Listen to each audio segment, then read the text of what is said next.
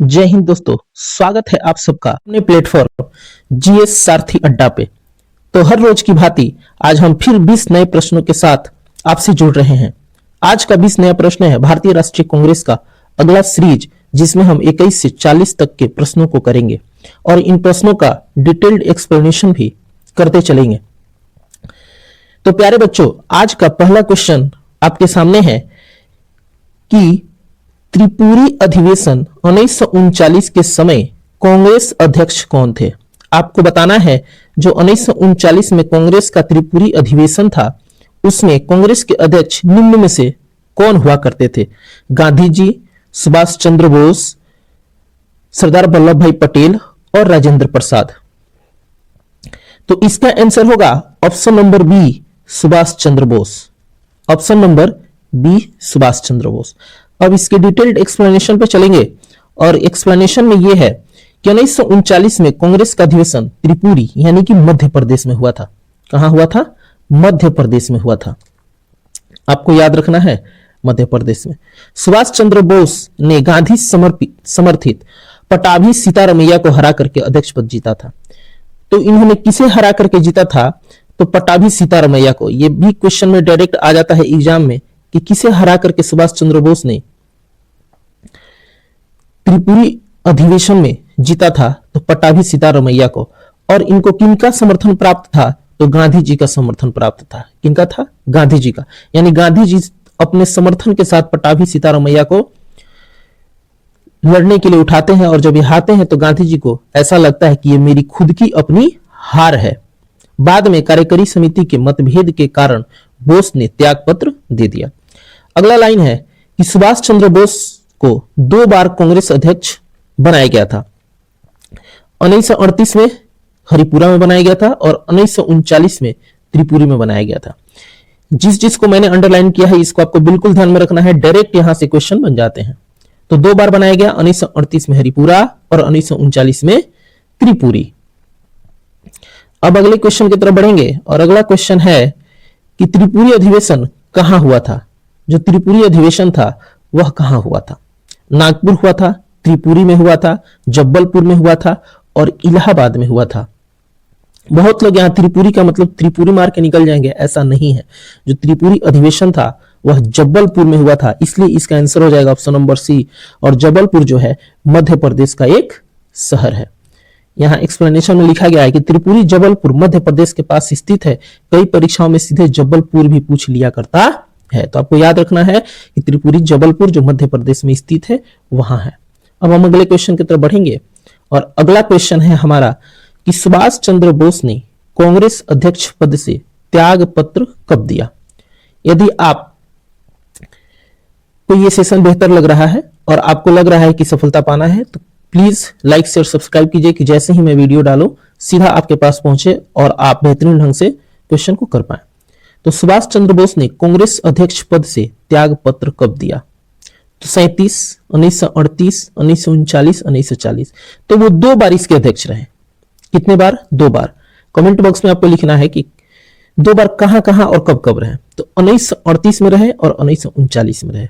और 1939 वाला में जिसमें उन्होंने पटाभी सीतारमैया को हराया था, उसी वाले में जब गांधी जी का समर्थन नहीं मिलता है, कार्यकारी समिति का समर्थन नहीं मिलता है, तो वो क्या करते हैं, इसी में वो अपना त्यागपत्र दे देते हैं और त्यागपत्र दे करके वहां से चले जाते हैं। और 1939 में ही उन्होंने फॉरवर्ड ब्लॉक की भी स्थापना की थी।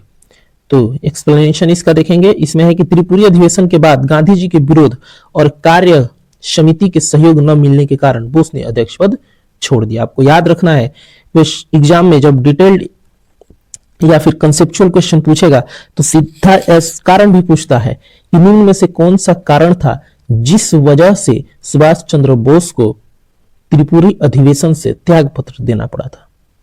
फिर आप वहां फंसेंगे, इसलिए कारण भी याद होना चाहिए आपको। अब अगले क्वेश्चन की तरफ बढ़ेंगे और अगला क्वेश्चन है हमारा कि फॉरवर्ड ब्लॉक की स्थापना किसने की थी। आपको बताना है कि फॉरवर्ड ब्लॉक की स्थापना किसने की थी। गांधी जी ने किया था, नेहरू ने किया था, सुभाष चंद्र बोस ने किया था, जयप्रकाश नारायण ने किया था। तभी मैंने बताया कि 1939 में जब ये कांग्रेस के त्रिपुरी अधिवेशन से इस्तीफा देते हैं तो उसके बाद यह फॉरवर्ड ब्लॉक की स्थापना करते हैं। तो ऑप्शन नंबर सी हो जाएगा, ऑप्शन नंबर सी। स्थापना 1939 में था। कांग्रेस के अंदर वामपंथी विचारधारा जो थी उसको संगठित करने के लिए इन्होंने फॉरवर्ड ब्लॉक की स्थापना की थी। अब अगले क्वेश्चन की तरफ बढ़ेंगे। अगला क्वेश्चन है कि 1937 में प्रांतीय स्वायत्तता किस अधिनियम के तहत मिली। आपको बताना है कि वह कौन सा अधिनियम है जिससे प्रांतीय स्वायत्तता मिली या प्रांतीय स्वायत्तता को लागू किया गया।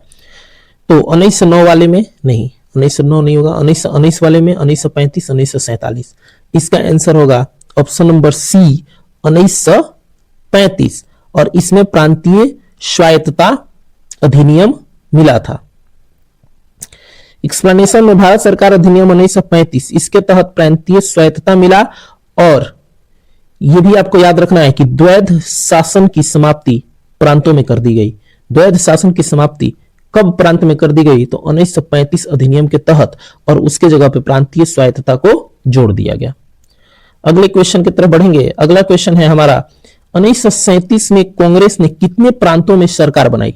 आपको बताना है कि 1937 का जो चुनाव हुआ था उसमें कांग्रेस ने कितने प्रांत में सरकार बनाई? 5 में, 6, 7, 8। तो इन्होंने 7 प्रांतों में अपनी सरकार बनाई थी। 7 प्रांत। अब ये प्रांत कौन कौन से थे इसको भी हमें याद रखना जरूरी है, क्योंकि क्वेश्चन जब बेहतर बनाता है तो पूछ लेता है, ऐसे भी क्वेश्चन को पूछ लेता है कि निम्न में से किन प्रांतों में उन्होंने सरकार अपनी नहीं बनाई थी। तो वहां आप फंसेंगे, इसलिए 7 जगह याद होना चाहिए।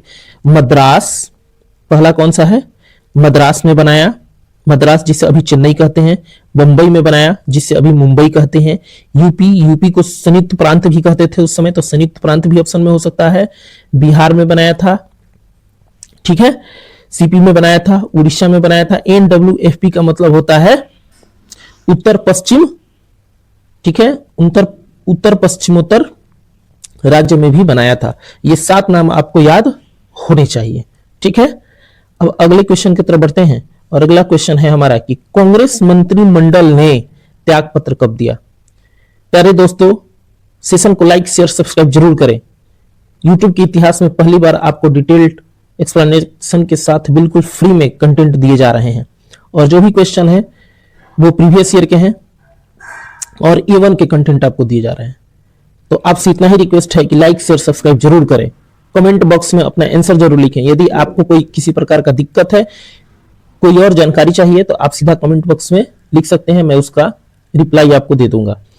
यहां क्वेश्चन है आज का 7वां, और कांग्रेस मंत्रिमंडल ने त्याग पत्र कब दिया। कांग्रेस मंत्रिमंडल ने त्याग पत्र कब दिया था। आपको बताना है कि कांग्रेस मंत्रिमंडल ने त्याग पत्र कब दिया। आंसर होगा इसका 1939 में। कब दिया था? 1939 में। जो 7 प्रांत में इनकी सरकार थी वहां सब जगह से इन्होंने इस्तीफा दे दिया था। एक्सप्लेनेशन है कारण भारत को बिना पूछे द्वितीय विश्व युद्ध में झोंक दिया गया। अंग्रेजों ने क्या किया कि भारत से पूछा ही नहीं, और जो द्वितीय विश्व युद्ध हुआ उसमें भारत को झोंक दिया गया। यानी कि उसने कहा कि भारत भी इस युद्ध में क्या करेगा, नेतृत्व करेगा, और भारत के लोग भी इस युद्ध में पूर्ण रूप से सम्मिलित हैं। विरोध में सभी कांग्रेसी मंत्रिमंडलों ने इस्तीफा दे दिया कि यह मंजूर नहीं है, बिना आप हमसे पूछे, बिना भारतवासियों के समर्थन से आप कैसे ऐसा फैसला ले सकते हैं। इस वजह से इस्तीफा दे दिया गया था। भारत छोड़ो प्रस्ताव किस अधिवेशन में पारित हुआ? तो इसका आंसर होगा बंबई। कहां पारित हुआ था? बंबई में पारित हुआ था। बंबई अधिवेशन 22 अगस्त में 1942 को। कब हुआ था? अगस्त 1942 को। और यही भारत छोड़ो प्रस्ताव भी पारित हुआ था, ठीक है, भारत छोड़ो प्रस्ताव पारित हुआ था यही। अगले क्वेश्चन की तरफ बढ़ेंगे और अगला क्वेश्चन है हमारा कि भारत छोड़ो आंदोलन किस वर्ष प्रारंभ हुआ। आपको बताना है कि भारत छोड़ो आंदोलन किस वर्ष प्रारंभ हुआ। 1940 में, 1941 में, 1942 में, 1943 में। तो 1942 में भारत छोड़ो आंदोलन प्रारंभ हुआ। किसने किया? गांधी जी ने किया। कहां से हुआ? तो बंबई से हुआ था। डेट भी याद रखना है, बहुत जरूरी है डेट याद रखना, क्योंकि डायरेक्ट एग्जाम में डेट भी डेट के साथ देता है और इसलिए आपको डेट याद रखना होगा। कभी कभी बहुत क्लोज ऑप्शन देता है, जैसे 8 अगस्त, 7 अगस्त, 9 अगस्त ऐसे दे देगा। तो 8 अगस्त 1942 को प्रस्ताव क्या कर दिया गया था? पारित कर दिया गया था और 9 अगस्त 1942 को आंदोलन शुरू हुआ था। लेकिन जैसे ही प्रस्ताव पारित किया गया उसी रात ऑपरेशन जीरो आवर, क्या होता है? ऑपरेशन जीरो आवर के तहत अंग्रेजों ने जितने भारत छोड़ो आंदोलन के जो प्रतिनिधि थे, जो आंदोलनकारी थे, उन सबको गिरफ्तार करना शुरू कर दिया उसी रात से कि इस भारत छोड़ो आंदोलन को दबा दिया जाए। तो गांधी जी को भी गिरफ्तार कर लिया गया, राजेंद्र प्रसाद को पटना से गिरफ्तार कर लिया, जो जहां थे वहीं से गिरफ्तार कर लिया गया। कुछ लोग वहां से भाग निकले, बच निकले, वो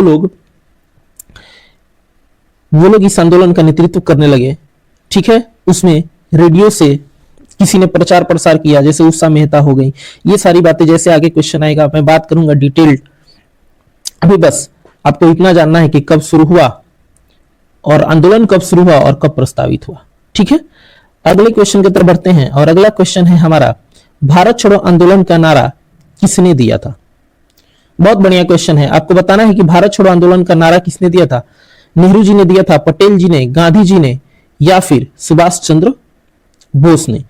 तो हमें पता होना चाहिए कि इसका आंसर होगा गांधी जी, क्योंकि गांधी जी ने ही भारत छोड़ो आंदोलन की शुरुआत की थी और इन्होंने एक नारा दिया था जिस नारा का नाम है करो या मरो, यानी कि अब या तो जीत हासिल करो या फिर मर जाओ। नारा है करो या मरो। पूछता है कि नारा करो या मरो नारा किसने दिया था, या करो या मरो नारा किस आंदोलन में बोला गया था?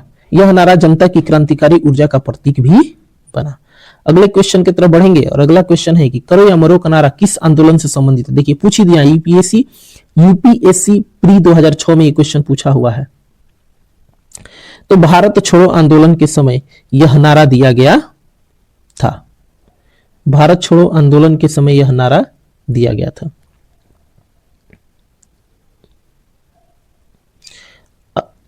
1942 आंदोलन की आत्मा अंतिम जन आंदोलन माना जाता है, इसे अंतिम जन आंदोलन भी माना जाता है। अब अगले क्वेश्चन की तरफ बढ़ते हैं कि क्रिप्स मिशन भारत कब आया था? आपको बताना है कि क्रिप्स मिशन भारत कब आया था? 1940 में आया था, 1941 में आया था, 1942 में, 1943 में। तो इसका आंसर होगा 1942 में क्रिप्स मिशन भारत आया था। ठीक है, अब द्वितीय विश्व युद्ध के दौरान उद्देश्य भारत का समर्थन प्राप्त करना था। जैसे ही द्वितीय विश्व युद्ध में भारत को ऐसे ही झोंक दिया जाता है और ये जो कांग्रेस के नेता होते हैं, जो कांग्रेस की कमेटी होती है, वो अपने 7 प्रांतों से क्या करती है? इस्तीफा दे देती है।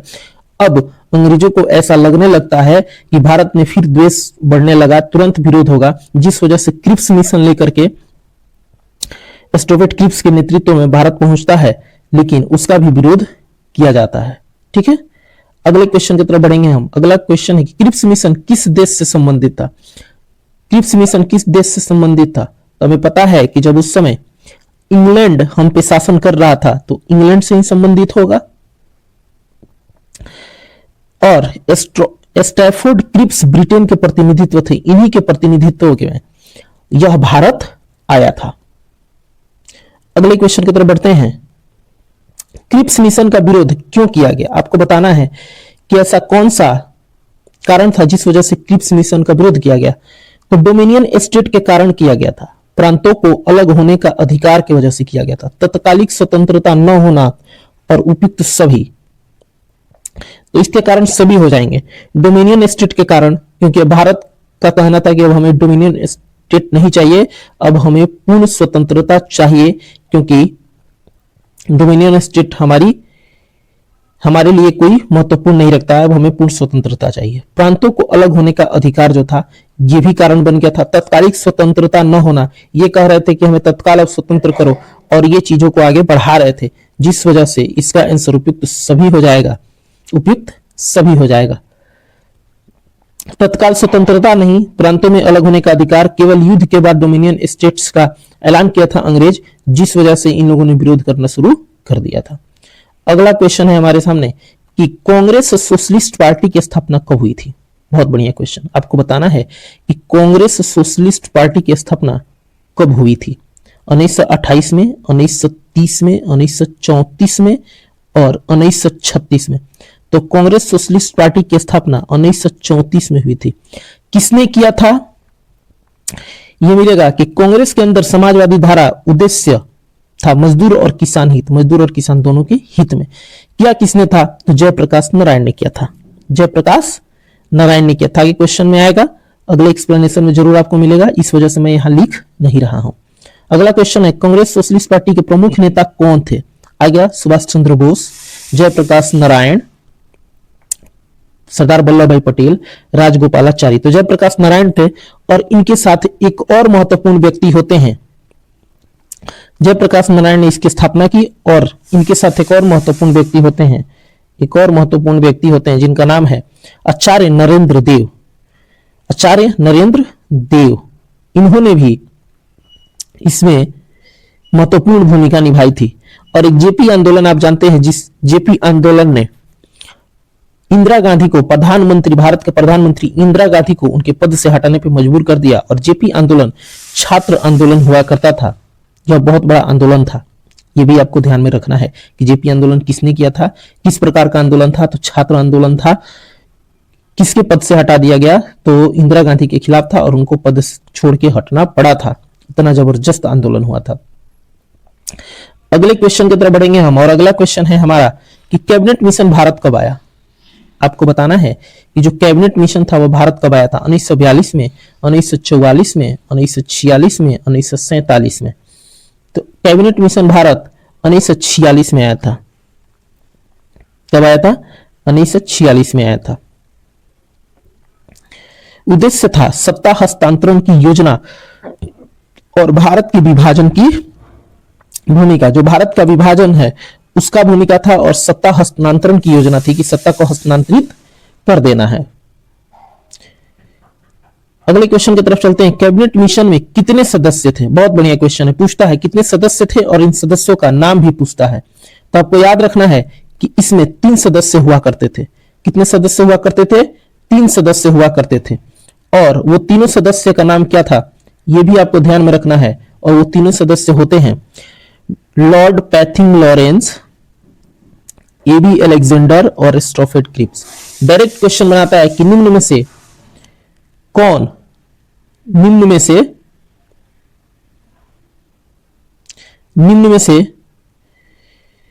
कैबिनेट मिशन के सदस्य नहीं थे। ये 3 नाम दे देगा और एक दूसरा नाम दे देगा। तो यदि आपको ये 3 नाम याद रहेगा तो आप ऑप्शन को अच्छे से इलिमिनेट कर पाएंगे और आंसर दे पाएंगे।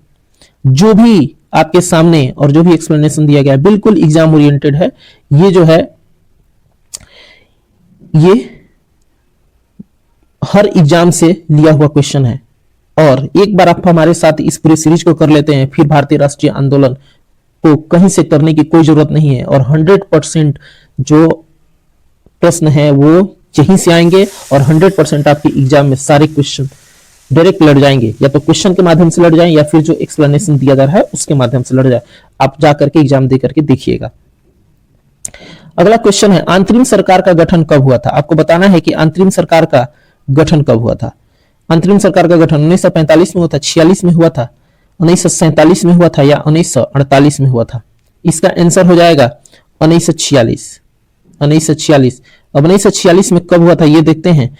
तो 2 सितंबर 1946 को हुआ था। डेट के साथ आप याद रखें, बहुत महत्वपूर्ण है। पूछा हुआ है एग्जाम में डेट भी, जैसे 2 सितंबर दे देगा, 2 अगस्त, 3 सितंबर ऐसे करके दे देता है। इस वजह से फंसने से बचने के लिए आपको करना होगा। भारत की अंतरिम सरकार का गठन 2 सितंबर 1946 को किया गया था, जो 15 अगस्त 1947 तक रही। यह कब तक प्रभावित रही? तो 15 अगस्त 1947 तक प्रभावित रही। ठीक है, अगले क्वेश्चन की तरफ बढ़ते हैं। और अगला क्वेश्चन है हमारा कि अंतरिम सरकार के प्रथम प्रधानमंत्री कौन थे। बहुत बढ़िया क्वेश्चन है। आपको बताना है कि अंतरिम सरकार के प्रथम प्रधानमंत्री कौन थे। तो जो भारत के प्रथम प्रधानमंत्री थे वहीं अंतरिम सरकार के भी प्रथम प्रधानमंत्री होंगे। तो आपको पता होगा कि पंडित जवाहरलाल नेहरू भारत के प्रथम प्रधानमंत्री थे और ये अंतरिम सरकार के भी प्रथम प्रधानमंत्री थे। स्वतंत्र भारत के पहले पीएम भी थे। ठीक है, अगले क्वेश्चन की तरफ बढ़ते हैं और आज का सेशन यही समाप्त होता है। और यदि आपको ये सेशन बेहतर लगा हो, आपको लगता है कि जीएस सारथी अड्डा एक सारथी के तरीके से आपका सहयोग करेगा और बेहतर से बेहतर कंटेंट लेकर के आपके सामने आ रहा है और आगे भी आता रहेगा, इसके लिए आप लाइक शेयर सब्सक्राइब जरूर करें, चैनल को आगे बढ़ाने में सपोर्ट जरूर करें। आप अपने मित्रों, दोस्तों, वैसे सभी विद्यार्थियों के पास पहुंचाएं जो पैसे के अभाव में पढ़ाई को करने में असमर्थ हैं या असहज हैं।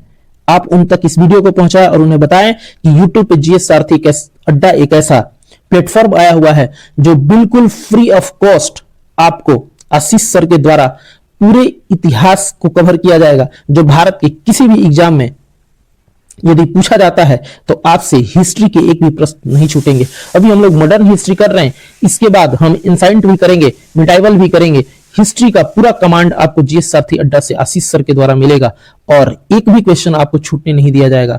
आप बस हमारे साथ जुड़े रहें और कृपया करके